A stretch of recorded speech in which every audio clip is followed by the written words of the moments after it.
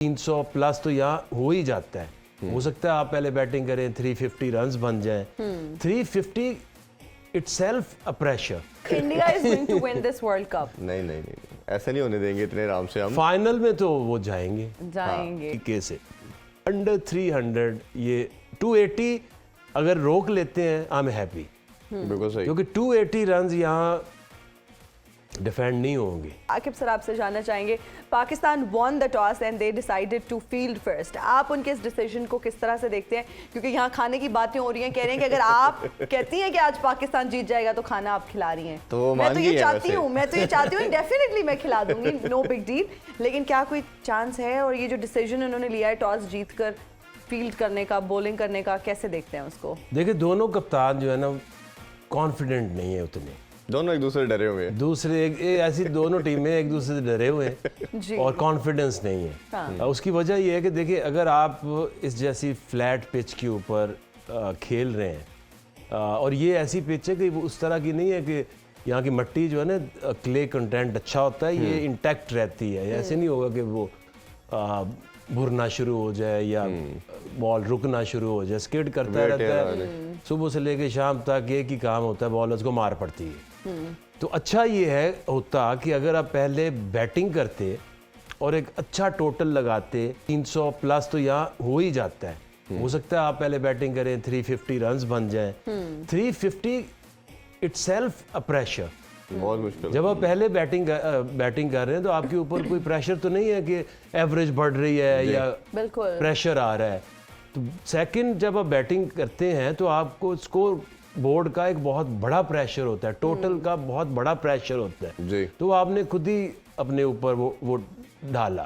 तो इसलिए मैं तो समझता हूँ कि ब्रेव तो डिसीजन यही था कि आप रन्स ऑन द बोर्ड और फिर उसको डिफेंड करते। और पाकिस्तानी बॉलर्स की परफॉर्मेंस बाद में ज़्यादा बेहतर आती है, वो ज़्यादा केयरफुल होते हैं कि जी हमने रन्स को किस तरह बचाना है और किस तरह से हमने इसको डिफेंड करता है पाकिस्तान। और बात ये कि आप बाबर ने अभी कहा कि इंडिया वाले मैच में batting was in that confident up to the mark. तो जब तक आप पिछले मैच को भूलेंगे नहीं, खेलना भी मुश्किल हो जाएगा और इस मैच को लोगों के लिए देखना भी मुश्किल हो जाएगा। अच्छा, every match is a different pitch, different opposition. और ये जिस तरह से ये क्रूजिंग जा रही है ना टीम में, इंडिया जा रही है या न्यूजीलैंड जा रही है, it's not good for them. उनको जब चोट लगी ना तो फिर उठेंगे नहीं। इस तरह से रुलती हुई टीमें तो जाती है ना, कभी आ रही जीती। Peak at the right time. जो आखिरी आपके मैचेस हैं सेमीफाइनल से 1-2 मैच पहले जो टीम पीक पकड़ गई इंडिया के अलावा, वो फाइनल में जाएगी।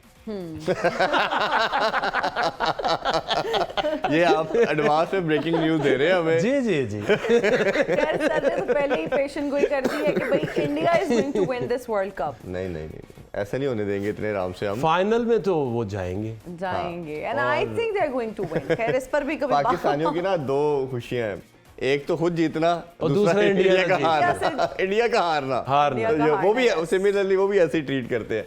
अच्छा कि भाई अगर थोड़ा सा हम मज़ीद बात करें तो हमें लगता है कि ऑस्ट्रेलिया एक ऐसी साइड है जो माइंडसेट उनका मेंटालिटी ये है कि आपने अटैकिंग क्रिकेट खेलनी है।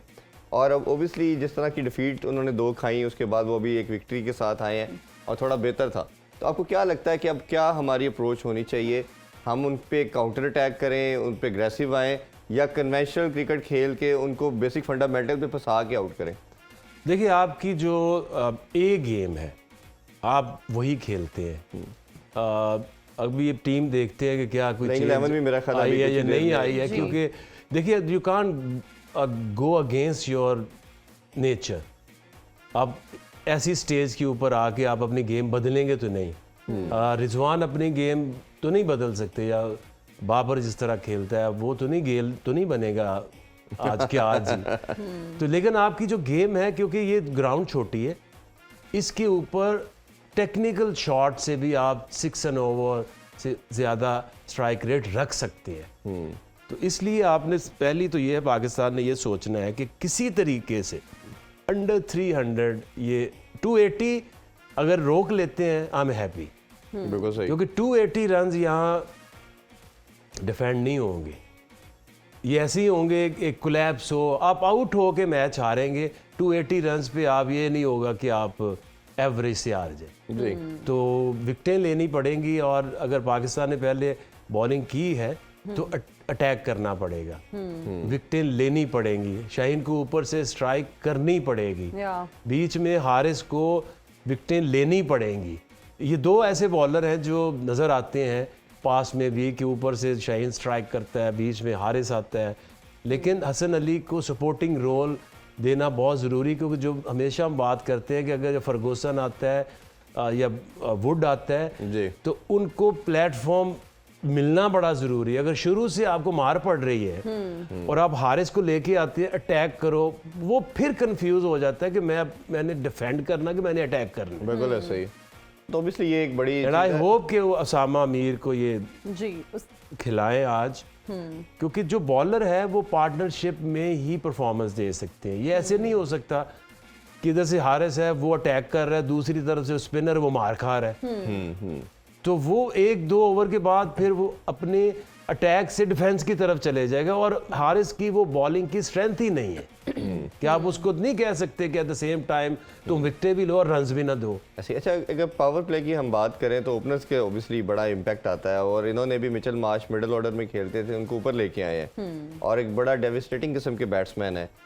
जिस तरह कल हमने देखा कि इंडिया ने भी 6-7 छक्के पावर प्ले में लगाए, टोटल 37 छक्के मार चुके, हमारा कोई छक्का नहीं है। पहले प्लेइंग 11 देख लेते हैं, उसके बाद इस पे हम आपसे आंसर लेते हैं। उसामा मीर तो आगे हैं जी, उसामा मीर आगे हैं, हसन अली है, इफ्तिखार इमाम है, अब्दुल्ला है, बाकी तो वही साइड है। बाकी सेम है उनकी भी 1 2 3 4 5 6 उनकी भी लास्ट मैच वाली सेम साइड ही है 11 चले उनकी तो सेम 11 है और उनकी ये ही बेस्ट 11 है जी। और अच्छी बात यह है कि उनके पास ऑप्शन ही नहीं है जो बाहर बैठे हैं वो ट्रेविस हेड को हम समझ सकते थे ऑब्वियसली, बट वो ट्रेविस हेड भी इनकी नहीं, लेकिन जॉश इंग्लिश जो है ये बड़ी अच्छी परफॉर्मेंस जी लास्ट मैच ये मुझे ज्यादा बेहतर लगते हैं। ओडीआई के लिहाज से हम बात ज्यादा कर सकते हैं, बेहतर बेहतर लगते हैं।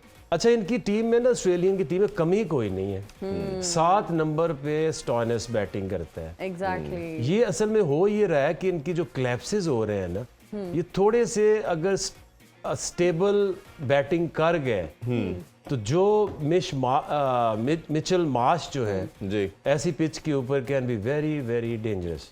ऐसा ही है। ठीक है, वो जो आपके नीचे दरमियान में स्मिथ के रन्स ड्यू है, I can see like a big score from Smith। अच्छा, मैं मे बी जस्ट आके भाई आपसे बात कर रहा था अभी प्लेइंग 11 से पहले कि हम पावर प्ले का यूटिलाइजेशन नहीं कर पा रहे, और 2 साल से जिस एक माइंडसेट के साथ ये टीम खेल रही है कि हम T20 में भी 40 30 35 40 के दरमियान करते हैं और ओडीआई के अंदर भी हम 10 ओवरों में 50 से ऊपर नहीं जाते, और ओबियसली ये आपको फिर लेटर पार्ट के ऊपर भी इफेक्ट करता है कि आप बड़ा टोटल लगाने में कामयाब नहीं होते।